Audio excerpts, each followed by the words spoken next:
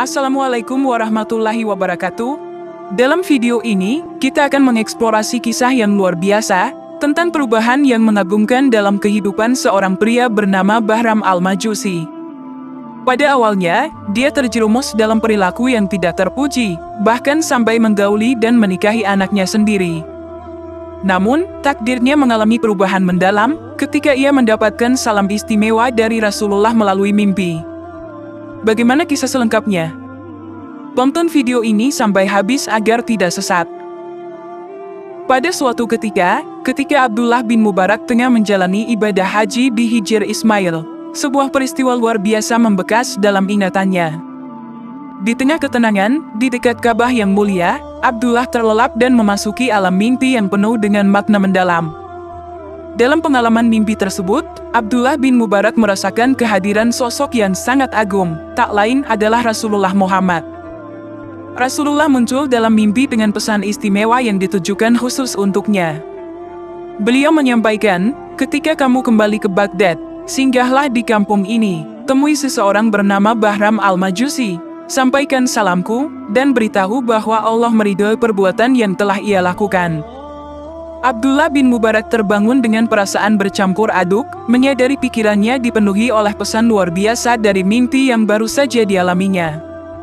Ia awalnya merasa ragu dan mencurigai bahwa pesan tersebut mungkin berasal dari setan, seperti yang sering terjadi ketika mendapatkan mimpi yang tidak terduga.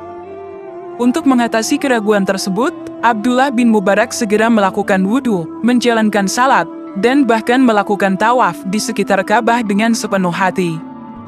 Meskipun tengah mendalami kehusyukan beribadah, kelelahan yang begitu mendalam menjalar, hingga ia akhirnya terlelap kembali dalam tidurnya.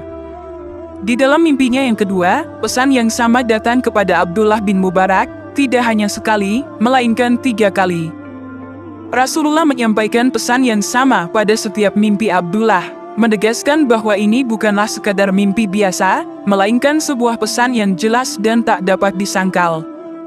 Ketika Abdullah bin Mubarak akhirnya benar-benar terjaga dari tidurnya yang kedua, pikirannya telah berubah. Ragu-ragu yang sebelumnya menghantui hatinya telah hilang. Ia menyadari bahwa ini adalah panggilan dari Rasulullah sendiri, dan ia harus mematuhi pesan tersebut. Dengan keyakinan yang kuat, Abdullah bin Mubarak berhasil menyelesaikan ibadah hajinya, dan siap kembali ke kota Baghdad. Meski tidak mudah, kepulangan ke Baghdad menuntutnya menempuh perjalanan panjang, melintasi gurun pasir dan menghadapi berbagai rintangan. Daya juangnya yang tak tergoyahkan, terutama dalam mencari Bahram Al-Majusi untuk menyampaikan pesan Rasulullah, menjadi motivasi utamanya. Setelah perjalanan yang melelahkan dan penuh tantangan, Abdullah bin Mubarak akhirnya tiba di kampung yang muncul dalam mimpinya.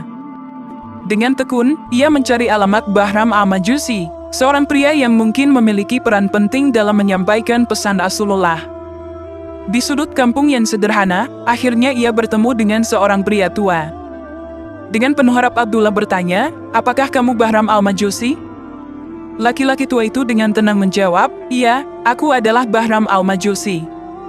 Abdullah bin Mubarak merasa lega telah menemukan orang yang dicari, tetapi misinya baru saja dimulai. Ia perlu menjalin percakapan dengan Bahram Al-Majusi untuk memahami perbuatan baik dan buruk yang pernah dilakukannya, sesuai dengan pesan Rasulullah dalam mimpi yang penuh makna itu. Abdullah menanyakan kepada Bahram Al-Majusi, "Apakah kamu pernah melakukan amal baik di sisi Allah?" Dengan penuh kebanggaan Bahram menjawab, "Iya, aku pernah memberikan hutang kepada orang sejumlah 10 dirham, dan aku berhasil menagihnya sebanyak 11 dirham. Dalam pandanganku, ini adalah perbuatan baik." Namun, Abdullah dengan bijak memberikan pencerahan, itu adalah perbuatan haram dan dilarang dalam agama. Bahram pun terdiam, menyadari bahwa apa yang dianggapnya sebagai kebaikan ternyata tidak sejalan dengan nilai-nilai agama. Abdullah kemudian bertanya lagi, "Apakah ada perbuatan baik lainnya yang kamu lakukan?" Bahram mencoba untuk menjawab, "Iya, ada. Aku memiliki 4 anak perempuan dan 4 anak laki-laki. Kemudian aku menikahkan masing-masing 4 anak perempuanku dengan 4 anak laki-lakiku." Abdullah dengan tegas menyatakan, itu juga perbuatan haram. "Apakah ada perbuatan baik selain itu?" Bahram Al-Majusi, yang semakin menyadari kesalahannya, berusaha mencari tindakan baik yang dapat membuatnya bangga. Dalam ketidakberdayanya, Bahram mengungkapkan, "Ya, ada.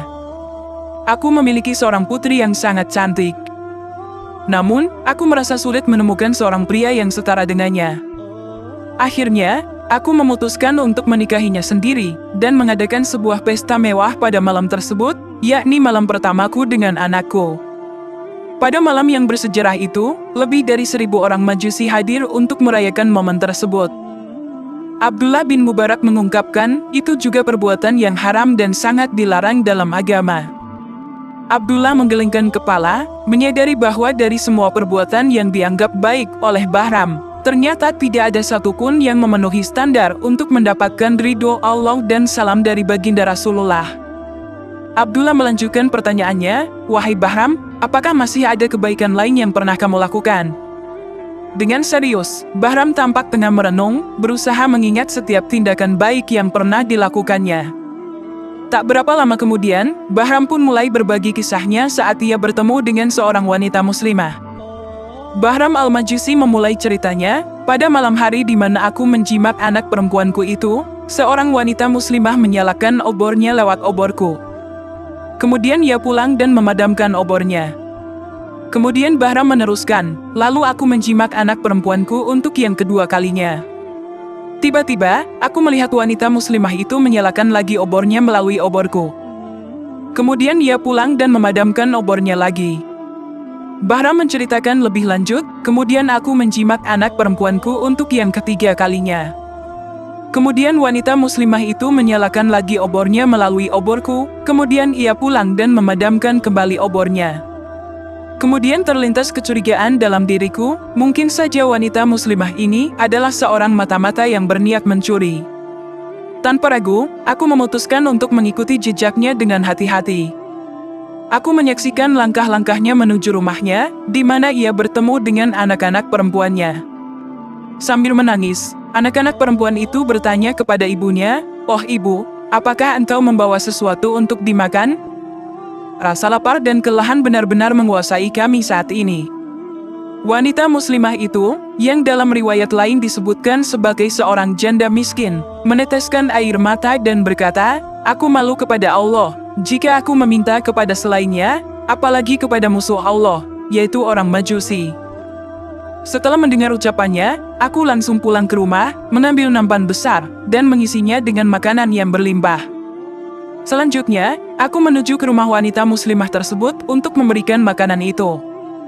Anak-anaknya sangat bahagia, tangisan-tangisan telah berhenti, digantikan oleh doa-doa tulus yang mereka panjatkan untukku. Dengan penuh kesungguhan, mereka berseru, 'Ya Allah, limpahkanlah kegembiraan kepada orang yang telah membuat kami gembira.' Setelah Bahram menceritakan pengalamannya, Abdullah bin Mubarak menyatakan, 'Inilah tindakan yang benar-benar mulia, dan ada berita baik untukmu.' Kemudian Abdullah bin Mubarak menceritakan kepada Bahram Al-Majusi tentang mimpinya bertemu Rasulullah dan pesan beliau untuknya. Mendengar cerita ini, akhirnya Bahram memeluk Islam dengan mengucapkan 2 kalimat syahadat. Pada saat yang bersamaan, Bahram Al-Majusi tiba-tiba jatuh tersungkur dan menghembuskan nafas terakhirnya. Dengan demikian, Bahram, yang sebelumnya menyembah api, meninggal dunia dalam keadaan memeluk agama Islam. Wahai hamba-hamba Allah yang mulia, hendaklah kita senantiasa bersikap dermawan kepada sesama, karena sikap dermawan memiliki keajaiban yang mampu merubah para musuh menjadi para kekasih. Semoga kisah ini menginspirasi kita semua. Wassalamualaikum warahmatullahi wabarakatuh.